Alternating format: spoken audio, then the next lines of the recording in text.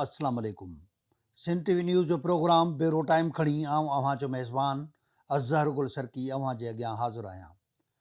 नाज़रीन, महरम जो ही महीनो हिकिड़ो ग़मनाक महीनो हूंदो आहे ऐं मुस्लमाननि जे लाइ ही महीनो सदाईं ॾुख रंज खणी ईंदो आहे ऐं नवासाए रसूल ऐं उन जे साथियुनि जी शहादतूं ॼण त इंसान जे वजूद खे सॼे जो सॼो झंझोड़े छॾींदियूं आहिनि।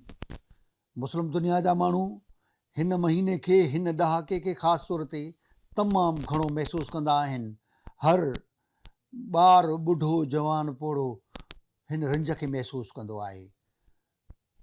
मोहसिन इंसानियत मौला इमाम हुसैन अलैहिस्सलाम ऐं उन जे साथियुनि जी शहादतूं ही हिकु दर्स आहे मुस्लमाननि जे लाइ, बल्कि पूरी काइनात जे लाइ हिकिड़ो दर्स आहे।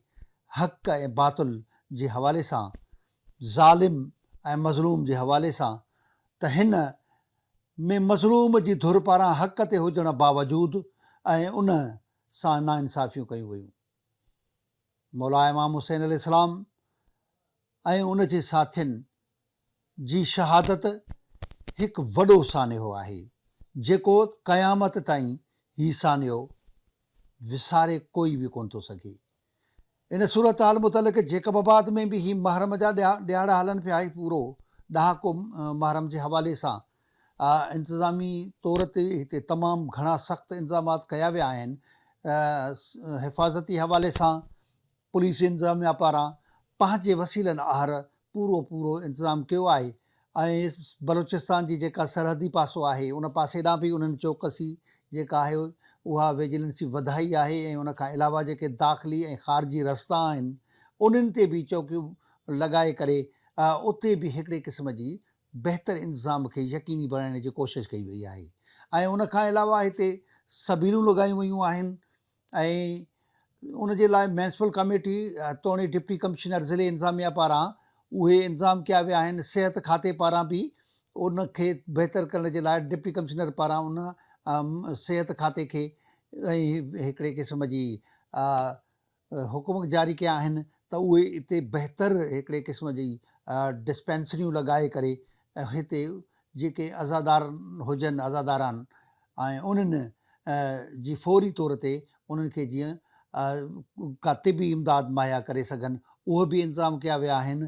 पर हिते हिकिड़ी जेका दाह कई पई वञे सा वापडा जी इंतिहाई डिघी लोड शेडिंग जे लाइ सभिनी जी दाह पई थिए ऐं हर धुर पारां इहा दाह पई कई वञे त अहिड़े महरम जे ॾिहाड़नि में, आशूरनि में जेकॾहिं वापडा जो दौरानियो वक़्तु लोड शेडिंग जो घटायो वञे त जीअं अज़ादारनि खे हिकिड़े क़िस्म जी सहूलियत मिली वञे ऐं उहो बहितर माहौल जुड़ी सघे। सो इन हवाले सां सिंध टीवी न्यूज़ जेकबाबाद ज़िले जे रिपोर्टर ज़ैन सरकी मुख़्तलिफ़ धुरनि सां मिली करे उन्हनि जी राय मालूम कई आहे। अचो त उन्हनि धुरनि जी राय ॿुधूं। जी अज़र साहब, जीअं ई तव्हांखे ख़बर आहे त महरम हराम जा महीनो शुरू थी चुको आहे। महरम हराम जा ॾहाके ताईं जेको आहे ही ॾाढा हसास ॾियारा हूंदा आहिनि छो त हज़रत इमाम हुसैन अलैहिस्सलाम ऐं जे साथी जिन करबला में इस्लाम ख़ातिर जी क़ुर्बानी ॾिनी उनखे भेटा पेश करण लाइ अहले तशय्युह पारां ही ॾियारा मल्हाया वेंदा आहिनि। हिन ॾियारनि जे में जेको आहे इहो वञी करे अहले तशय्युह जे अॻुवाणनि खां पुछा कंदासीं त हू सिक्योरिटी इंतिज़ामनि खां केतिरा पंहिंजो मुतमिन आहिनि, ज़िले इंतिज़ामिया जे इंतिज़ामनि केतिरा मुतमिन आहिनि, मुनिसिपल इंतिज़ामिया केतिरा मुतमिन आहिनि ऐं सिहत खाते जे अमलदार इंतिज़ामनि खां केतिरा मुतमिन आहिनि। ऐं उहे वञी करे सुवालनि खां पुछा कंदासीं। जिन ॿिए पासे SSP जेकाबाद सां बि ॻाल्हाइण जी कोशिशि कंदासीं ऐं मुनिसिपल कमेटी जेको चेयरमैन आहे उन सां ॻाल्हाइण जी कोशिशि कंदासीं। SSP जेकाबाद खां इहा पुछा कंदासीं त जेकाबाद ज़िले जे अंदरि हिन ॾहाके ताईं, महरम जे ॾहाके ताईं कहिड़ा सिक्योरिटी जा इंतिज़ाम कया विया आहिनि, जेको आहे केतिरी नफ़री तैनात कई वेंदी, केतिरी नफ़री मुक़ररु कई वेंदी ऐं CCTV कैमरा केतिरा लॻाया वेंदा, केतिरा मातमी जुलूस आहिनि, केतिरियूं जेके ज़री पाक आहिनि या केतिरा अलम पाक चढ़ंदा या केतिरे जेके मजलिस बर्पा थींदियूं उते कहिड़ी सिक्योरिटी ॾिनी वेंदी, कीअं सिक्योरिटी प्लान कयो आहे ऐं हिन ॾियारनि खे महफ़ूज़ बणाइण लाइ अलाह न करे, ख़ुदा न ख़ासिता को अणवणंदड़ वाक़ियो पेश अचे उनखे मोड़ण लाइ कहिड़ा इंतिज़ाम कया विया आहिनि। जॾहिं त मुनिसिपल जेको चेयरमैन आहे ग़ुलाम अब्बास ख़ान जखरानी उन खां पुछा कंदासीं त हिन ॾहाके में छो त जेके पंहिंजो जुलूसनि जा रोड रस्ता जा रूट हूंदा आहिनि उनखे सफ़ा करण लाइ कहिड़ा इंतिज़ाम कया विया आहिनि। ऐं ज़िले इंतिज़ामिया खां पुछण जी कोशिशि कंदासीं त हुननि कहिड़ा इंतिज़ाम कया आहिनि, कहिड़ियूं कहिड़ियूं शयूं हुननि जेका आहिनि प्लान कयूं आहिनि। ऐं सिहत जे हवाले सां छो त ज़ंजीर ज़नी थींदी आहे, मातम सीना ज़नी थींदी आहे 9 जे ॾींहुं, उते जेको आहे सिहत जा कहिड़ा इंतिज़ाम कया विया आहिनि। इहे सुवाल खणी इन ज़िले इंतिज़ामिया हितां जे ऑफिसरनि वटि वेंदासीं ऐं जेको आहे हितां जे अहले तशरीह वटि वेंदासीं त बिजली जो इंतिज़ाम कीअं आहे, इहे सुवाल खणी को पुछा कंदासीं हुनजो छा चवणु आहे। सिक्योरिटी जे हवाले सां जेकाबाद इंतिहाई हसास शहर आहे। हीउ सिंध बलूचिस्तान जी बॉर्डर जो शहर आहे ऐं असांजे हिन बलूचिस्तान में, असांजे हिन बेल्ट में मुल्क दुश्मन एजेंसियूं वॾो कमु कनि थियूं ऐं वॾियूं नफ़रतूं फैलाइनि थियूं, कॾहिं लसानियत जे हवाले सां, कॾहिं फ़िरके वाराना नज़रिए जे हवाले सां। तव्हां बि महसूसु कंदा हूंदव त जेकाबाद में ताज़ा जेके जाफ़र एक्सप्रेस में SB जो वाक़ियो थियो, पर अलाह साईं जी महिरबानी रही त को वॾो जानी नुक़सानु न थियो। शहर त इंतिहाई ख़स्ता हाल आहे। इंतिहाई अमन अमान जे हवाले सां त पहिरियां ई हीउ शहर तमामु मुतासिर रहियो आहे। पहिरियां बि हिन शहर में बम ब्लास्ट थियो, उन में 28 असांजूं ममनी जूं जानियूं ज़ाया थियूं ऐं उन सां गॾोगॾु जेको शिकारपुर में बि वाक़ियो थियो हो त उन जो नेटवर्क जो बि लाॻापो जेकाबाद जे बॉर्डर ऐं बलूचिस्तान सां हुयो। ऐं शिकारपुर वारो वाक़ियो जेको हो, जेकी बि दहशतगर्दी ख़ासि तरह सिंध में जेकी बि दहशतगर्दी थी आहे त उन जो आमाजगाह या उन जो गुज़र या उन जो काई न काई लिंक जेकी आहे असांजे जेकाबाद ज़िले खे ज़रूरु टच करे थी। बाक़ी अलहमदिल्ला मुहर्रम हराम जे हवाले सां असांजा SSP जनाब मोहम्मद कलीम मलिक साहब जेके नौजवान ऑफिसर आहिनि ऐं कुझु ॾींहं थिया आहिनि त हू आया आहिनि, उन्हनि चार्ज संभाली आहे ऐं उमेदु कयूं था त असांजा नौजवान ऑफिसर आहिनि ऐं उनजा एफर्ट्स जेके आहिनि, उनजा जेके बि इक़दामात आहिनि, इंतज़ामात आहिनि, इहे तमामु बहितर आहिनि। उहे सुठी महिनत कनि था। पूरे ज़िले में उन्हनि विज़िट कयो आहे पंहिंजी टीम सां गॾु ऐं उन सां गॾु असांजी ज़िले इंतिज़ामिया, असांजा DC साहब, नवाब सुमेर लगारी साहब, रेंजर्स जा DS रेंजर्स हुजनि, जेके बि बाला अमलदार आहिनि या जेके मुख़्तलिफ़ डिपार्टमेंट सां राब्तो रखनि था। ज़िलो जेको आहे उहो हसास आहे, छो जो हीउ बलूचिस्तान सां ठहिके थो ऐं हिन खां अॻु में बि हिन ज़िले में हिकिड़ो एक्सीडेंट थी चुको आहे, जंहिंमें तक़रीबन असांजा 29 जेके अज़ादार आहिनि उहे शहीद थी चुका आहिनि। असांखे ख़दशा ज़रूरु आहिनि, असांखे थ्रेट ज़रूरु आहिनि, असांखे ख़दशा ज़रूरु आहिनि। जेतिरे ताईं ज़िला इंतिज़ामिया जी पंहिंजी जोड़ जक आहे या पहुच आहे, उन्हनि जो पंहिंजो सिक्योरिटी प्लान आहे जंहिंखो असां पूरी तरह सां वाक़ुफ़ु न आहियूं।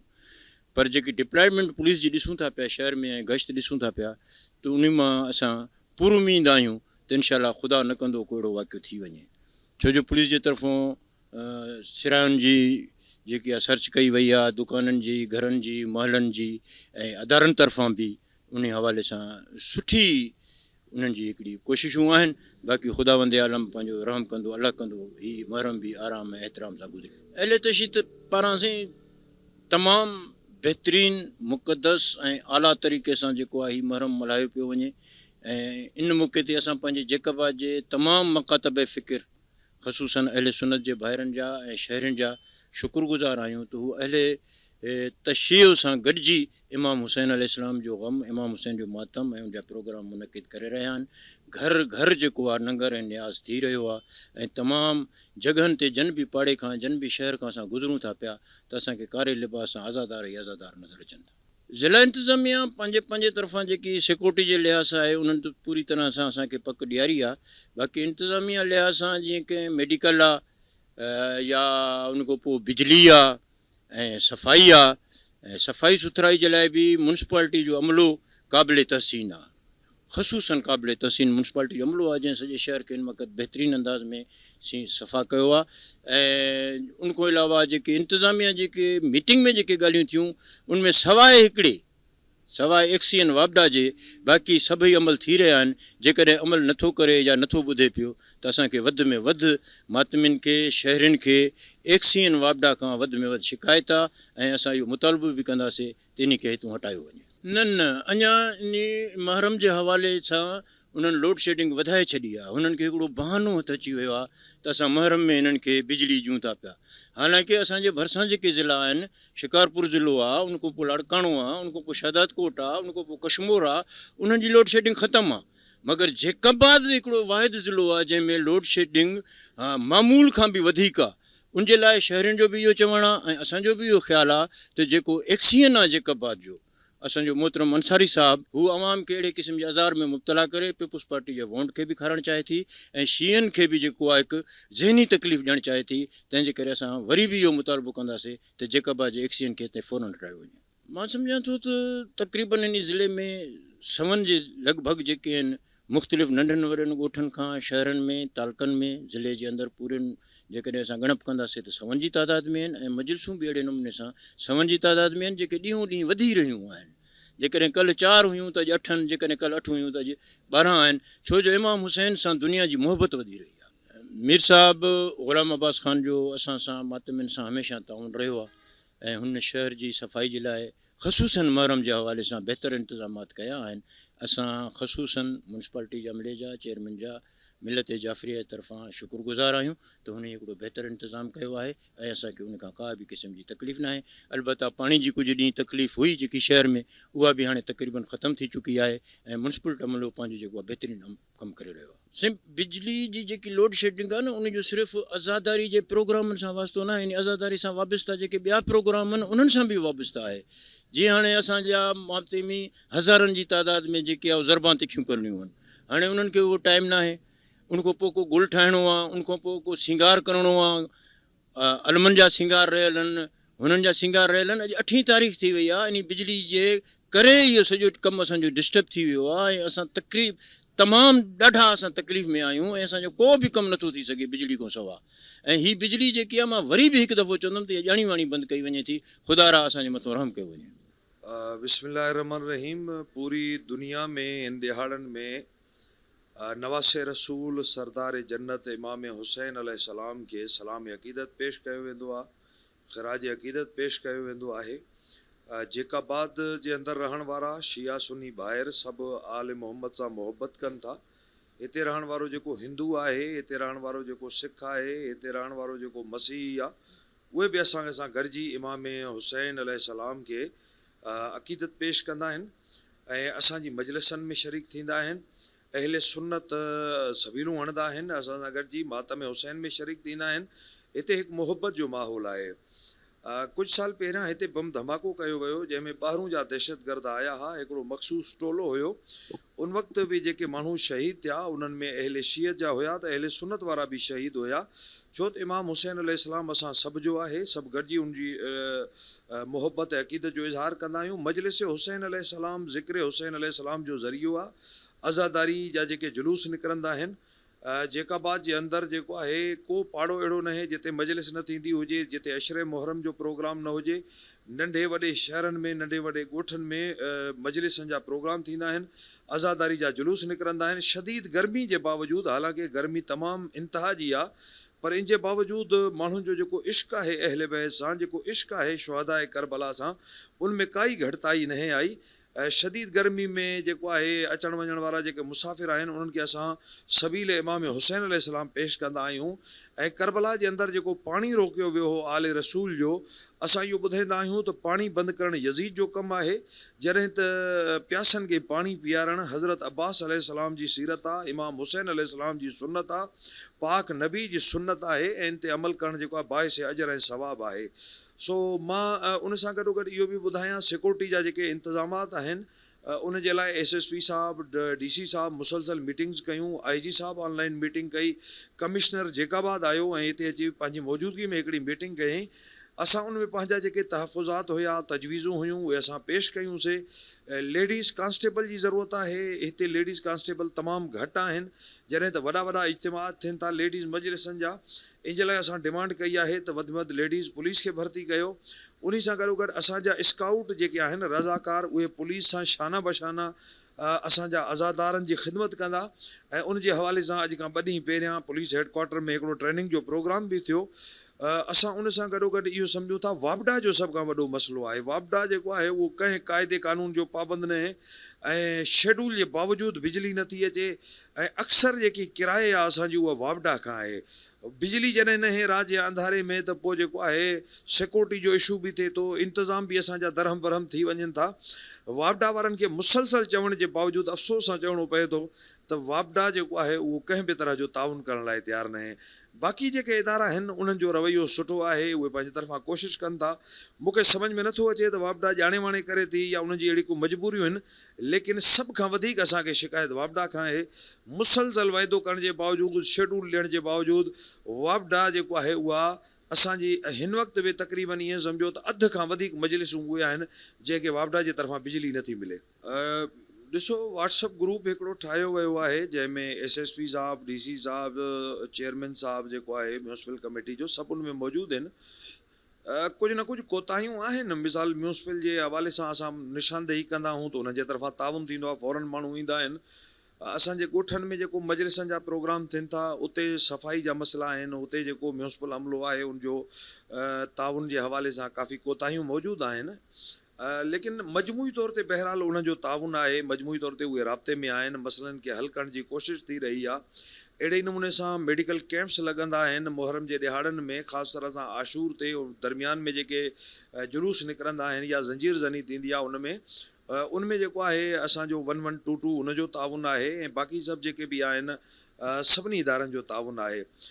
लेकिन सिक्योरिटी जो जेसिताईं ताल्लुक़ु आहे, असां सम्झूं था त जेकाबाद समेत सॼे सिंध में, सॼे मुल्क में कलदम जमातनि जो नेटवर्क मौजूदु आहे। दहशतगर्दी जा अॾा मौजूदु आहिनि, उन जा सपोर्टर मौजूदु आहिनि। तव्हां ॾिसो त जेकाबाद जे अंदरि मुहर्रम खां 2 ॾींहं 4 ॾींहं पहिरियां, मतिलबु कुझु ॾींहं पहिरियां हिकिड़ो बम धमाको थियो ऐं उन खां पोइ सिक्योरिटी ख़दशात तमामु घणा वधी विया। न फ़क़ति बम धमाके जे करे असांखे ख़दशात हुया, बल्कि SP बि चैन थियो। अहिड़े हसास हालात में उहो SP जेको हिते कई महीना रहियो, माण्हुनि खे सुञाणे पियो, माण्हुनि सां उनजा वास्ता हुया, जेकाबाद जे इलाइक़नि खे बि सुञाणे पियो। अचानक SP नओं अची वियो त उन जे लाइ नओं ज़िलो, नवां माण्हू, नवां इलाइक़ा। सो इन जे हवाले सां असांखे ख़दशात आहिनि, लेकिन मजमूई तौर ते पुलिस जो रवैयो बहितर आहे। फौरी तौर ते जंहिं मसइले जी निशानदेही थिए थी उनखे हल करण जी कोशिशि कई वञे थी। पुराणे टाइम में सिक्योरिटी जे लाइ जेको आहे हिते कंडेदार तारूं विछाईंदा हुआ। असां इहो चयोसीं पुलिस खे त तव्हां चेकिंग बि कयो, कंडेदार तारूं बि विछायो, लेकिन आम जेको शहरी आहे उनखे तकलीफ़ न अचे, छो त उहे असांजा भाइर आहिनि। असांजूं अमड़ियूं, नियाणियूं, भेनरूं, उहे जेको आहे बीमार थियनि थियूं, एम्बुलेंस जेको आहे रस्ते में फासी पए थो। सो कोशिशि इहा कयो त चङी तरह शनाख़्त करे चेकिंग करण खां बाद में उनखे छॾियो त उहो हलियो वञे।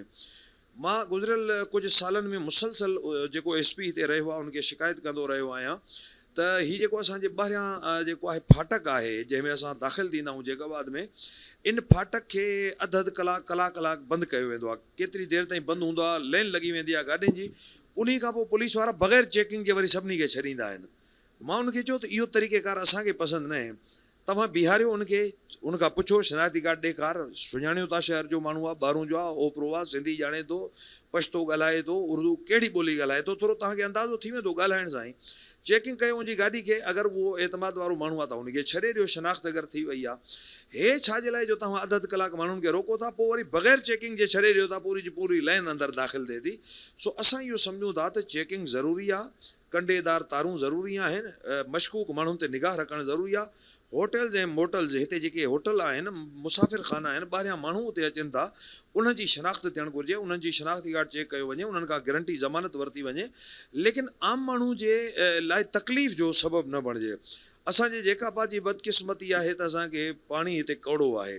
ॿाहिरूं असांखे मिठो पाणी घुराइणो पवे थो जेको आहे हिन ॾिहाड़नि में।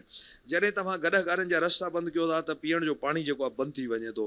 लिहाज़ा असां सम्झूं था त गॾह गाॾा जेको आहे ज़ाहिर आहे जेको इहो गॾह गाॾा आहिनि इहे सभु असांजा सुञाणण वारा आहिनि, सॼो साल असांखे पाणी ॾियनि था, ओतिरो को माण्हू न अचे। ॾिसो न उन खे जेको आहे नज़र रखणु इहा पुलिस जी ज़िमेदारी आहे, रियासती इदारनि जी ज़िमेदारी आहे। लेकिन पाणी अगरि तव्हां 3 ॾींहं बंदि कंदव त किराए थींदी, माण्हू रड़ियूं कंदा त साईं असांखे पीअण जे लाइ पाणी न आहे। असां सबील इमाम हुसैन अलैहिस्सलाम मल्हाइणु चाहियूं था लेकिन पाणी न आहे।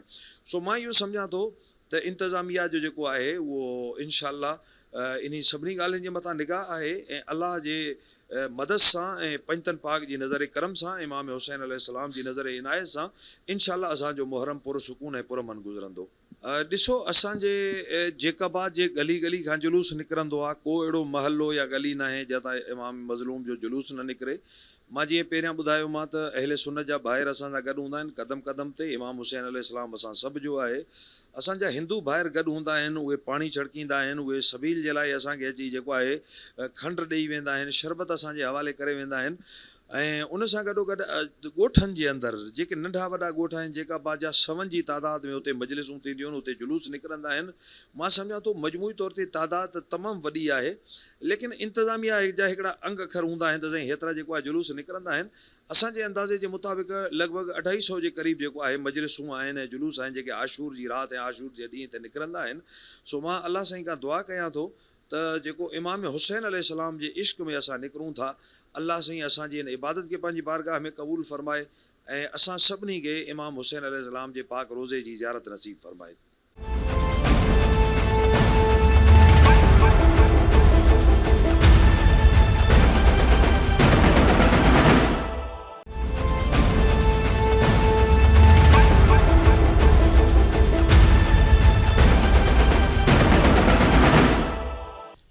इस्लाम जिंदा होता है हर करबला के बाद। करबला से पहले इस्लाम था, करबला का पहिरियां इस्लाम हो, लेकिन इस्लाम जी सूरत हाल खे मुस्लमाननि जी बिगड़ण जो वॾो किरदारु रहियो। उन में सर फ़हरिस्त उन्हनि जा वली अहद हुया। पर जॾहिं करबला जो वाक़ियो थियो त अंथक क़ुर्बानियूं थियूं। मौला हुसैन अलैहिस्सलाम पंहिंजो कुंबो वठी, मासूम कुंबो, पंहिंजा बचड़ा वठी इस्लाम खे बचाइण जे लाइ। इन में मोहम्मद व आले मोहम्मद जो वॾो किरदारु आहे इस्लाम खे बचाइण जे लाइ। करबला जो सानियो हिकु वॾो सानियो आहे जेके कोई बि दुनिया जो कोई बि रंगो नसल जो कोई बि कंहिं बि मुल्क में या कंहिं बि इलाइक़े कंहिं बि ख़िते में रहंदड़ इंसान नथो वसारे सघे। उन खां बाद सूरत हाल अल्हम्दुलिल्लाह सॼी दुनिया जे अंदरि तव्हां ॾिसो था त इमाम हुसैन जो ग़म मल्हायो पियो वञे, चाहे कहिड़े बि ज़ात पात जो माण्हू हुजे। असीं ॾिठो आहे पाण त उनमें मुस्लमान बि आहिनि, उनमें हिंदू बि आहिनि, उनमें सिख बि आहिनि, उनमें ईसाई बि आहिनि, उनमें हर मज़हब जो माण्हू मौजूदु आहे। मुल्क पूरी इंसानियत ग़म हुसैन करे थी पई। पाकिस्तान जे अंदरि बि सूरत हाल तव्हां ॾिसो था पिया त हिते बि अल्हम्दुलिल्लाह नंढा वॾा मातमी जुलूस मजालिसूं पए थियनि थियूं पियूं।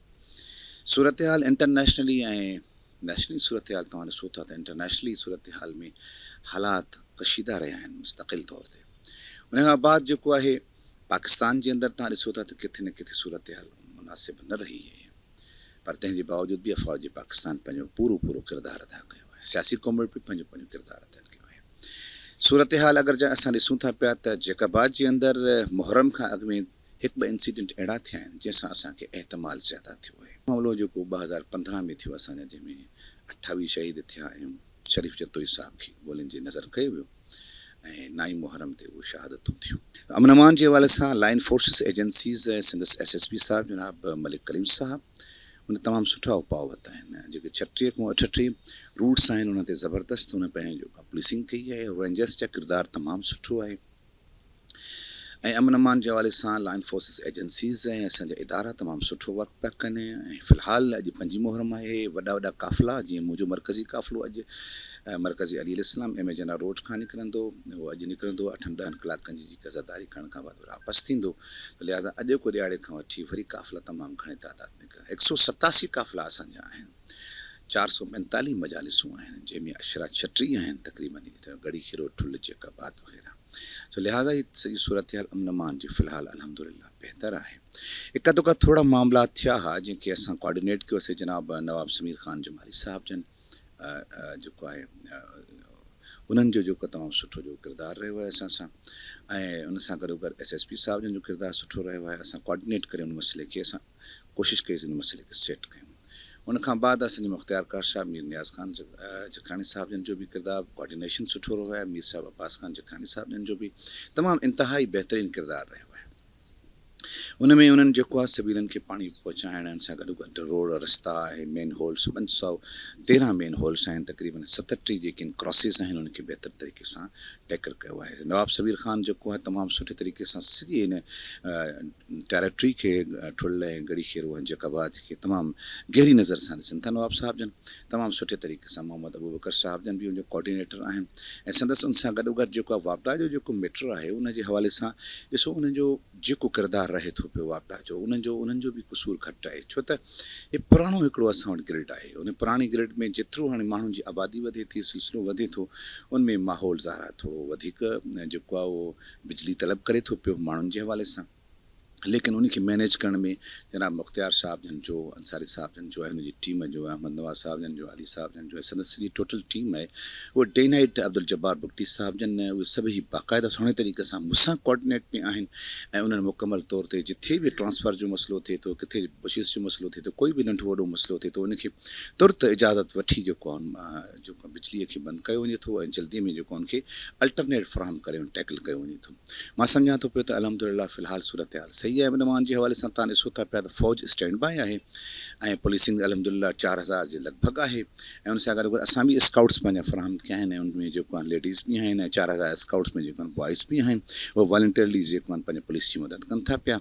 लिहाज़ा मां सम्झां थो हिन महिल ताईं जेको सिलसिलो आहे उहो पुरअमन रहियो आहे। ख़िदमत आहे शहर जे अंदरि पाणी जे हवाले सां, बर्फ़ जे हवाले सां, ऐं शरबत ऐं मिठे पाणी जे हवाले सां उनजे टैंकर्स हलनि था पिया। इन सभिनीनि सां जेको पंहिंजी गुफ़्तगू थी आहे, जंहिंखे मॉनिटर मीर साहिब अब्बास ख़ान, मीर एजाज़ ख़ान जखरानी साहिब जन कनि था पिया। त 9 मुहर्रम ते असांखे हिकिड़ो तजुर्बो थी चुको आहे, त उन में जेको आहे असांजूं शहादतूं थी वियूं आहिनि। अञा 5 ॾियारा पिया आहिनि, सुबुह शाम मंझंदि जो, लिहाज़ा काफ़िला असांजा निकिरनि था पिया। मां सम्झां पियो त अञा वधीक उपाउ वठण जी ज़रूरत आहे। लिहाज़ा मां पंहिंजी इंतिज़ामिया खां, पंहिंजे सिंध हुकूमत खां, पंहिंजी फ़ौज खां, पंहिंजी लॉ एनफोर्सिस एजेंसीज़ खां गुज़ारिश कंदुसि त महिरबानी करे जीअं बहितर तरीक़े सां इंतिज़ामात अञा मज़ीद कया वञनि। साईं मुतमइन त मां सम्झां थो काफ़ी हद ताईं आहियूं, छो जो SSP साहिबु नओं चेंज थी आयो आहे, मुहर्रम जे हिकु ॾींहुं पहिरियां आयो आहे, ऐं मां सम्झां थो त माशाअल्लाह तमामु ई सुठो जेको आहे कोऑपरेट बि करे थो, ऐं तमामु तर सिक्योरिटी इंतिज़ामात खे हुन बहितर सां संभाले वरिता आहिनि। असां SSP साहिब मां मुतमिन आहियूं। साईं जन यंग ऑफिसर आहिनि, ऐं तमामु ई हिकिड़ा बाइख़लाक़ ऑफिसर आहिनि, मुकमल असां सां ताउन में आहिनि। तमामु तर मजलिस उनखे सिक्योरिटी ॾियणु, ऐं तमामु रूट्स प्लान वग़ैरह जीअं हर साल ठहंदा आहिनि, हिन साल अञा उन्हनि बहितर कया आहिनि। ऐं असांजो 8 खां 10 किलोमीटर जे मुफ़ासिले ते बलूचिस्तान जो बॉर्डर आहे। असां इन शइ खे इंतिहाई हसास था सम्झूं, ऐं SSP साहिब सां तमामु तर मीटिंग्स में इन्हनि शयुनि खे पॉइंट आउट करायो वियो आहे। शहर जा जेके बि दाख़िली ऐं ख़ारिजी रस्ता आहिनि, उन्हनि ते उन्हनि असांखे यकीन दयानी कराई आहे, ऐं असां पंहिंजे माण्हुनि खां बि इहा शइ पुछी आहे त वाक़ई उते जेको आहे सो सिक्योरिटी मामूल खां हिन टाइम बहितर आहे ऐं सख़्तु आहे। बाक़ी ओवरऑल पाकिस्तान जी जेकी सूरत हाल आहे, मुल्क दुश्मन अनासिर बि सरगर्म आहिनि, पर असांखे यकीन आहे पाकिस्तान जे उन्हनि तमामु इदारनि ते, त इनशाअल्लाह उहे रियासत खे सुठे नमूने सां हलाइनि पिया, संभालनि पिया, ऐं तहफ़ुज़ फ़राहम कंदा तमामु तर अज़ादारनि खे, मजलिस खे, तमामु मोमिनीन खे, तमामु मुस्लमाननि खे इनशाअल्लाह पाकिस्तान में तहफ़ुज़ फ़राहम कयो वेंदो। साईं इंतिज़ाम साईं जन जे तरफ़ां जेके बि थिया आहिनि उहे कंसल्ट हूंदा आहिनि सफ़ाई सुथराई ऐं सिक्योरिटी सां। बाक़ी DC साहिबु डायरेक्टली त असांजे लाइ कोई इंतिज़ाम अहिड़ो को न कयो आहे, न ई कंदा बि आहिनि उहे। असां DC साहिब मां मुतमिन आहियूं, उहे यंग ऑफिसर आहिनि, तमामु हिकिड़ी सुठी फैमिली सां बिलोंग करनि था, ऐं मां जेतिरी तारीफ़ कयां DC साहिब जी उहा घटि आहे, ऐं हर हवाले सां DC साहिब असां सां कोऑपरेटिव आहिनि। तमामु तर मामलात में उन्हनि जो कम्यूनिकेशन जी बहाली, उन्हनि जो हर फ़ोन कॉल अटेंड करणु, असां सां राब्ते में रहणु, सारा जेको अमल आहे, मां उन्हनि खे सलाम पेश कयां थो। ऐं उन सां गॾोगॾु मां ज़रूरी थो सम्झां उन शख़्सियत जी तारीफ़ करणु, मीर ग़ुलाम अब्बास ख़ान जखरानी साहिब जन जी, उन्हनि जी बि असां उन्हनि जा बि तहे दिलि सां मशकूर ममनून आहियूं, ऐं ख़ुदावंद आला जी बारगाह में दुआगा आहियूं उन्हनि जे लाइ त अलाह पाक उन्हनि जी तौफ़ीक़ात में मज़ीद बहितरी ऐं बुलंदी अता कंदो। साईं जन असां सां तमामु ई कोऑपरेटिव आहिनि, असां सां हर हवाले सां साईं जन राब्ते में आहिनि। सफ़ाई सुथराई लाइटिंग्स वग़ैरह जेके बि काफ़िलनि जा रूट्स आहिनि, जिथे जिथे बि असां मोमिनीन असांखे नोट कराईंदा आहिनि, असां साईं जन खे व्हाट्सअप कंदा आहियूं ऐं उहे शयूं तमामु तर थी वेंदियूं आहिनि विदिन मिनट्स में। हर साल तव्हां ॾिसंदा हूंदव शहर में हर घिटी में जिथे 2 सबीलियूं लॻंदियूं हुयूं त उते माशाल्लाह हाणे 8 सबीलियूं लॻियूं आहिनि। ऐं मां सम्झां थो शहर जेकाबाद में कम से कम 500 सबील खां मथे हूंदी, घटि न हूंदी, जेके मुख़्तलिफ़ घिटियुनि पाड़नि रोडनि चौकनि रस्तनि ते आहिनि। ऐं माशाल्लाह उन्हनि मोमिनीन खे उन में असां सां वॾो कोऑपरेटिव अहले सुन्नत भाइरनि जो हूंदो आहे सबीलुनि में, ऐं उहे जानी माली तौर ते असां सां गॾिजी हूंदा आहिनि। माशाल्लाह असांजे शहर जी हिकिड़ी तमामु ई इहा हिकिड़ी सुठी ॻाल्हि आहे जो असां हिन मुहर्रमुल हराम के शिया सुन्नी गॾिजी करे मल्हाईंदा आहियूं। ऐं तरीक़ोकार थोरो थोरो हर कंहिंजो पंहिंजो हूंदो आहे, बाक़ी अहले सुन्नत बिरादरान बि इमाम हुसैन अलैहिस्सलाम जो लंगर न्याज़ सबीलूं तमामु तर प्रोग्रामनि में असां सां ॿांह ॿेली हूंदा आहिनि। DHO जे तरफ़ां मां शिकायत ज़रूरु कंदुसि त उहे जेके आज़ादारान इमाम हुसैन अलैहिस्सलाम जे लाइ वठनि था जेकी मेडिसन, उहा नाक़स ऐं उहा हल्की कंपनियुनि जी आहे। उन्हनि जी ऐं तव्हांजे चैनल जे तवसुल सां DC साहब खे बि ऐं पंहिंजे तमामु उन्हनि इदारनि खे, पंहिंजे उन्हनि आला अहकाम खे ज़रूरु हिकिड़ी रिक्वेस्ट कंदुसि त तव्हां DHO खे बहितर कयो। DHO ऑफिस में इंतहाई करप्शन आहे ऐं DHO जे तरफ़ां दवायूं, बैंडेज, सिकाडन पाउडर न हुयो पोएं दफ़े, डिटोल न हुयो, हाणे इहे बेसिक सहूलियतूं आहिनि, शयूं आहिनि जेके जेको आहे तव्हां सम्झी सघो था आज़ादारनि इमाम हुसैन अलैहिस्सलाम जे जेको आहे सो फटनि खे साफ़ु सुथिरो करणु ऐं उन्हनि खे जरासीम खां पाक करण जे लाइ। त मां तव्हांजे चैनल जे तवसुल सां इहा शइ बि चवंदुसि। ऐं हिकिड़ी ॿी शइ बि मूंखां रहिजे थी जेका मां उहा चवंदुसि, उहा इहा त एक्सियन वापडा जेको आहे सो मां सम्झां थो उहो नाहिल आहे। बाक़ी ओवरऑल उन जी जेकी टीम वर्क आहे, मां उन टीम वर्क जी साराह थो कयां। उहे कोऑपरेटिव आहिनि, उहे राब्ते में आहिनि, उन्हनि जा फोकल पर्सन हुजनि, उन्हनि जा SDOs हुजनि, उन्हनि जा लाइनमैन हुजनि, उहे इहो था चवनि साईं असांजे वस में जेकी ॻाल्हि आहे असां हाज़ुर आहियूं, असां जल्दी पुॼनि था। ट्रांसफार्मर को ख़राबु आहे उनखे ठाहिण जे लाइ या किथे बि को नंढो वॾो प्रॉब्लम आहे, पुॼनि था। एक्सियन वापडा जेको आहे सो हू जेको आहे उन्हनि खे उहे सहूलियतूं मुहैया नथो करे ॾेई सघे। नाइली उन जी आहे मथे पाण, छो जो वफ़ाक़ी डिपार्टमेंट आहे, हू मथे उन्हनि खां हिन टाइम ताईं मां चवंदो रहियो आहियां दरगाह पीर बुख़ारी जो ट्रांसफार्म पुराणो आहे ऐं पोएं मुहर्रम में बि उहो 2 दफ़ा ख़राबु थियो हुयो। अहम ॾींहंनि में अॼु बि हिन टाइम बि बिजली बंदि आहे उन ट्रांसफार्म जी, उन जूं लिंकूं सड़ी वियूं, उन जा बुश ख़राबु थींदा वग़ैरह वग़ैरह। पर उनखे न नओं था करनि न ई स्पेयर में। उते मां थो चवां ट्राली रखो बाबा, हिकिड़ी स्पेयर में ट्राली हूंदी आहे ट्रांसफार्म जी। हिकु एॾो वॾो अज़ादारी सैयदुल शोधा जो जेकाबाद जो सभ खां मर्कज़ दरगाह पीर बुख़ारी, तमामु तर काफ़िला हिते गॾु थींदा आहिनि। उहो चाहे 7 मुहर्रम अलम रात हुजे, चाहे उहो 9 मुहर्रम हुजे, 8 मुहर्रम हुजे, 10 मुहर्रम हुजे, इहे सभु काफ़िला हिते गॾु थींदा आहिनि। स्काउट जूं कैंपूं हिते लॻंदियूं आहिनि, हिते जेको आहे सबीलूं लॻंदियूं आहिनि, तमामु तर इंतिज़ामात सॼे शहर जा हिते थींदा आहिनि। पर एक्सियन साहब खे इहा ॻाल्हि सम्झ में नथी अचे जो उहो इहो ट्रांसफार्म न नओं था करे सघनि, न इनखे ठाहे था सघनि, न हिते ट्राली था रखे सघनि। जीअं त तव्हां ख़बर आहे की हर साल जीअं हिन साल बि मुहर्रमुल हराम जो महीनो आयो आहे ऐं म्यूनसिपल कमेटी जे तरफ़ां जेके बि मातमी जलूस आहिनि ऐं उनजा जेके रूट्स आहिनि, मजालिस आहिनि, उन ते असांजी कोशिशि इहा ई आहे की उते सफ़ाई सुथराई जो निज़ाम बहितर हुजे ऐं उते लाइटिंग जो इंतिज़ाम बहितर हुजे ताकी जेकी मातमी जलूस आहिनि उहे पुरमन तरीक़े सां उतां गुज़री वञनि। त मुंहिंजी इहा ई कोशिशि आहे की ॾींहुं ब ॾींहुं जेके बि इन जा मजालिस अचनि पिया उन्हनि ते असांजो ऑलरेडी असांजी टीम बि उते कमु करे पई।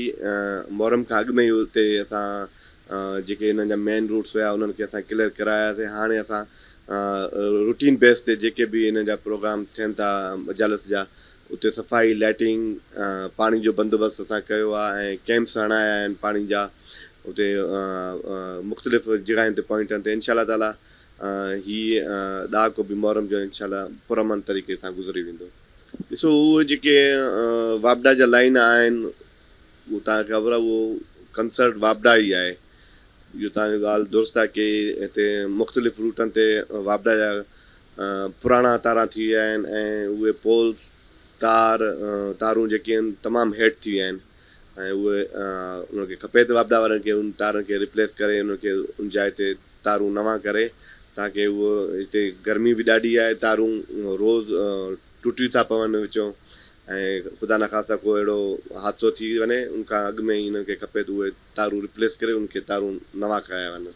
सो हिकु त असां स्पेशल गैंग जेको असांजे हिते इदारे में ठहियलु आहे उहो टोटली असां हिननि जे मेन रूटनि ते हणी छॾिया आहिनि ऐं जेके डेली बेसिस ते हुननि जा प्रोग्राम मातमी जुलूस गुज़रनि पिया उहो उन्हनि जे हवाले ऐं ॿियो मुख़्तलिफ़ वार्डनि में जेके नंढा नंढा हिननि जा प्रोग्राम थियनि पिया मजालस थियनि पिया उहो असांजो हर वार्ड इंस्पेक्टर उनजी ज़िम्मेवारी आहे की उहो पंहिंजे वार्ड में जेके प्रोग्राम थियनि था असां उन्हनि खां ई करायूं था। बाक़ी मेन रूट्स जेके आहिनि असां पंहिंजे स्पेशल हिकिड़ो गैंग आहे उनजे थ्रू असां सफ़ाई सुथराई करायूं पिया। ॾिसो 9 ऐं 10 मुहर्रम जो जीअं तव्हां ज़िक्र कयो उन्हनि जो रूट हिकिड़ो मेन रूट ई हूंदो आहे। जीअं को क़ाइद आज़म रोड आहे पीर बुखारी खां ईअं थींदा सूज़की स्टैंड सदर बाज़ार खां सूज़की स्टैंड वञी कोटिया रोड ते करबला मैदान ते इख़्तिताम पज़ीर थींदो आहे। त उनमें ई असांजा इहे स्पेशल गैंग बि कमु कंदा ऐं उन सां गॾोगॾु जेके छो त ॿिया हिननि जा वार्ड में प्रोग्राम ख़तमु थी वेंदा आहिनि सिर्फ़ु मेन प्रोग्राम इहे ई इन रूट ते हलंदा आहिनि त वार्ड वारो जेको अमलो आहे उहो बि इन रूटनि ते गॾिजी करे कमु कंदा आहिनि। इंशा अल्लाह ताला उमेदु आहे की ख़ैर ख़ैरियत सां ई ॾाको मुहर्रम जो गुज़री वेंदो। न ॾिसो जॾहिं खां हिननि कैंप्स आया आहिनि ऐं असांखे हिननि ॿुधायो डिटेल जेके बि हिननि पाणी जा सबीलुनि जा कैंप हया आहिनि मुख़्तलिफ़ शहर जे चौकनि ते उन खां असांजो वाटर सप्लाई उते असां मुहैया करूं पिया। सिक्योरिटी के हवाले से जो मुहर्रमुल हराम की है उसके हवाले से सिक्योरिटी के फुल प्रूफ इंतजाम किए गए हैं और हमारे टोटल डिस्ट्रिक्ट में 37 इमाम बारगाह हैं, 163 प्रोसेशंस हैं और 207 टोटल मजालिस हैं। ये तकरीबन यकम मुहर्रम से लेकर 10 मुहर्रम तक चलेंगी। सबसे बड़े जो इवेंट्स होते हैं वो 10 मुहर्रम को होंगे। उसके लिए टोटल जो नफरी है वो 3051 जो पुलिस अफसरान जवान और जो DSPs हैं वो तैनात किए गए हैं। इसके साथ साथ हमारे पास स्पेशल ब्रांच के एहलकार भी सादा कपड़ों में होंगे जो इंटेलिजेंस करेंगे। हमें इसके अलावा रेंजर्स और आर्मी की भी सपोर्ट है। हमने जो मुहर्रमुल हराम के पेश नज़र ही कॉमिंग ऑपरेशंस भी डेली बेसिस पर हो रहे हैं। इसके साथ साथ स्नैप चेकिंग भी हो रही हैं और हम मशकूक अफराद के ऊपर रेड्स करके उनको भी कानून के कटहरे में ला रहे हैं। ख़ास तौर पर मैं बात करूँगा बॉर्डर के हवाले से, क्योंकि 124 किलोमीटर बॉर्डर है और उसके साथ बलूचिस्तान है, तो उस वजह से हमने वहाँ पे टोटल 39 जगहों पर पुलिस डिप्लॉयमेंट को डबल कर दिया है। पहले जो अगर 100 थे तो अभी 200 उस पर काम कर रहे हैं और इसके साथ साथ हम वहाँ पे भी सख्त किस्म की चेकिंग कर रहे हैं। हमारे पास जो टेक्निकल डिवाइसेस हैं उनके ऊपर भी लोगों के क्राइम रिकॉर्ड के हवाले से उनसे पूछताछ की जा रही है। हमारी कोशिश है कि इंशाल्लाह हर तरह से अमन अमान को बहाल करके 10 मुहर्रम तक इंशाल्लाह खैरियत से, हमारी पूरी कोशिश है कि खैरियत से लोग अपने इबादत करें और पुलिस इंशाल्लाह उनको मुकम्मल तहफ़्फ़ुज़ फ़राहम करेगी। देखें जी, कंट्रोल रूम और CCTV कैमराज ऑलरेडी एक प्लान होता है, वो साल हर साल चलता है। 2 कंट्रोल रूम बनते हैं, वहाँ पे बेस सेट्स होंगे, उसके ऊपर भी उनको भी मॉनिटर किया जाएगा। इसके साथ साथ CCTV कैमराज जो रूट पर ख़ास तौर पर हैं वो भी हम लगा रहे हैं। कल उस हवाले से हमने एक जो ट्रेनिंग सेशन भी कराया था स्काउट्स का, उसमें हमने ये डिस्प्ले भी किया था जो भी हमारा है, उसमें स्पेशल ब्रांच की जो गैजेट्स हैं वो भी दिखाए और इसके साथ साथ CCTV कैमराज वो भी और बार्ब्ड वायर्स उनको भी उस ट्रेनिंग प्रोग्राम में हमने लोगों को और स्काउट्स को और जो उलमा थे उनको उसका भी विज़िट कराया। इंशाअल्लाह ताला जो जहाँ तक ताल्लुक़ है कि बॉडी सर्च करने का, जो इनके अंदर आएंगे जुलूस में लोग, उसमें हम अपने स्काउट्स की ट्रेनिंग करके उनसे भी हेल्प लेंगे। हमें सबसे ज़्यादा जो इम्पोर्टेंट चीज़ है इस टाइम पे वो ये है कि जो बलूचिस्तान की तरफ से लोग आते हैं उनकी चेकिंग प्रॉपर तरीके से हो सके। उसके लिए अल्हम्दुलिल्लाह हमने कोशिश काफ़ी अच्छी की है और वहाँ पे हमारे जो जवान हैं वो हर आने जाने वाले लोगों को ख़ास तौर पर चेक कर रहे हैं। देखिए, मुहर्रमुल हराम में हमेशा से सेंसिटिव रहा है। ये कभी भी इसको कभी किसी सरकारी इदारे ने और पुलिस ने इसको आसान नहीं लिया। ये हमेशा से एक मुश्किल ड्यूटी है। पुलिस के लिए सबसे बड़ा इवेंट होता है साल में, तो इसके लिए बड़ी हम तैयारी करते हैं। देखें, जहाँ तक ये ट्रेन ट्रैक का मसला है वो भी एक इंसिडेंट हुआ था, उसके जो इन्वेस्टिगेशन भी चल रही है। हम काफ़ी उसमें भी आगे निकल गए। इंशाल्लाह उसमें भी अच्छी खुशखबरी आपको जल्द मिल जाएगी। जहाँ तक ये ताल्लुक़ है कि अगर कहें कि सेंसिटिव, तो वो तो हमेशा से मुहर्रम सेंसिटिव रहा है। हम इंशाल्लाह प्रिपेयर्ड हैं हर तरह से, और ख़ास तौर पर जिन इमाम बारगाह जो हाईली सेंसिटिव है और जो प्रोसेशंस और मजालिस हाईली सेंसिटिव हैं, उनके ऊपर हमने डिप्लॉयमेंट का भी ख़ास ख्याल रखा है। और लेडीज़ की जो मजालिस होंगी उसके ऊपर भी हमने लेडीज़ एहलकार पहले की निस्बत 3 टाइम्स ज़्यादा तैनात की हैं। इंशाल्लाह उम्मीद है कि हम इसको अमन अमान के साथ खैरियत से गुजार लेंगे। देखिए, मैंने आपको ऑलरेडी कहा 124 किलोमीटर हमारा बॉर्डर है, उसमें हमने 39 जो टोटल पिकेट्स पॉइंट है उस पर नफरी को डबल कर दिया है, और उस नफरी को इंस्ट्रक्शंस दिए हैं कि वो हर आने जाने वाले को चेक करेंगे, और वो 24 आवर्स चेकिंग जारी है। देखिए जी, रेंजर्स की जहाँ तक बात है, वो हमारे साथ बिल्कुल सेकंड टीयर के तौर पर काम करेंगे, और आर्मी भी होगी अगर in case of emergency they will also respond. लेकिन इंशाल्लाह ताला उम्मीद है कि ऐसी एमरजेंसी सिचुएशन आएगी नहीं। हम इंशाल्लाह पुलिस और रेंजर्स मिलकर इसको अमन अमान से गुजार लेंगे। नाज़रीन, तव्हां मुख़्तलिफ़ धुरियुनि जी राय ॿुधी ऐं ज़िले इंतिज़ामिया जी, म्यूनिसिपल कमेटी जी, पुलिस इंतिज़ामिया जे हेड SSP जैकबाबाद समेत मुख़्तलिफ़ धुरियुनि जी जेका आहे उन राय ॿुधी, उन हवाले सां सभिनि पारां हिन वक़्त ताईं जे कयल इंतिज़ामनि मां इत्मीनान ज़ाहिर कयो पियो वञे।